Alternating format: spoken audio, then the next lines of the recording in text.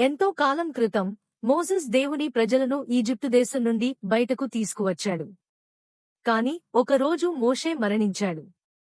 ఇశ్రాయేలీయులు చాలా దుఃఖంగా మరియు భయంతో ఉన్నారు. ఇప్పుడు మనలను ఎవరు నడిపిస్తారు అని వారు ఆలోచించారు. అప్పుడు దేవుడుతో మాట్లాడాడు. ధైర్యంగా ఉండు, బలంగా ఉండు. నీవు ఎక్కడికి వెళ్ళినా నేను నీతో ఉంటాను అని దేవుడు చెప్పాడు. యెహోషువ తన హృదయంతో దేవుని నమ్మాడు. ఆయన లేచి నిలబడి ప్రజల కొత్త నాయకుడయ్యాడు. కొంతకాలం తరువాత వారు యొర్దాను నదికి వచ్చారు. ఆ నది ఉప్పొంగి వేగంగా ప్రవహిస్తోంది. ప్రజలు భయపడ్డారు.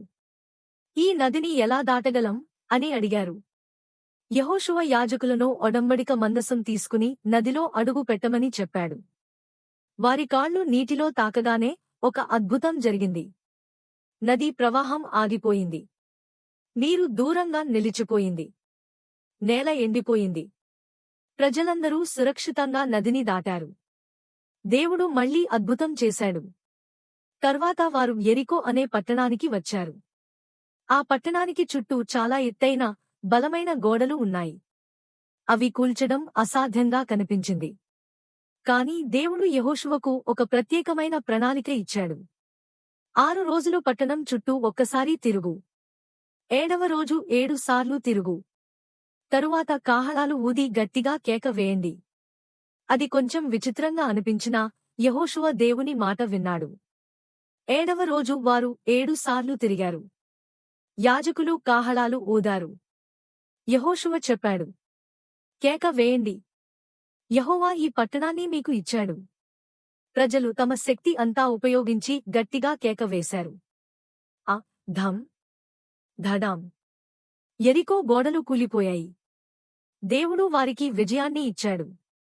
ఇంకా అనేక విజయాల తరువాత వారు చివరకు వాగ్దానం చేసిన దేశమైన కనానులోకి ప్రవేశించారు. అది పచ్చని పొలాలు, ప్రవహించే నదులు ఉన్న అందమైన దేశం. యెహోషువ ప్రజలందరినీ కూడగట్టి చెప్పాడు, ఈ రోజు మీరు ఎవరిని సేవించాలో ఎంచుకోండి. కాని నేను మరియు నా కుటుంబం యెహోవాను సేవిస్తాము. ప్రజలు దేవుని సేవ చేస్తామని వాగ్దానం చేశారు. నీతి, మోరల్. మనము దేవునిపై నమ్మకం ఉంచి ఆయన మాట వినితే అసాధ్యంగా కనిపించినవి కూడా సాధ్యమవుతాయి. ధైర్యంగా ఉండండి. బలంగా ఉండండి. దేవుడు ఎప్పుడూ మీతోనే ఉంటాడు.